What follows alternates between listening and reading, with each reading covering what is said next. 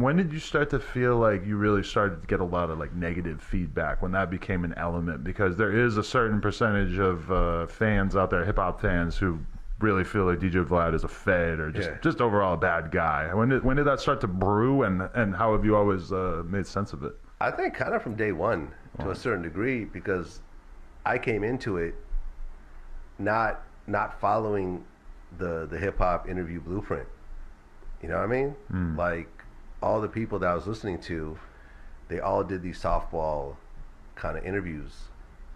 You know, I ended up, I directed an episode of American Gangster, actually on Mac Dre and the Romper Room Gang. So I got to sort of put together this kind of a mini documentary on this artist with a serious criminal element to it. And, you know, it was such a dope piece when it came out, that I'm like, okay, I'm gonna take what I did with American Gangster and I'm gonna apply it to my own platform. You know, so there was always that element.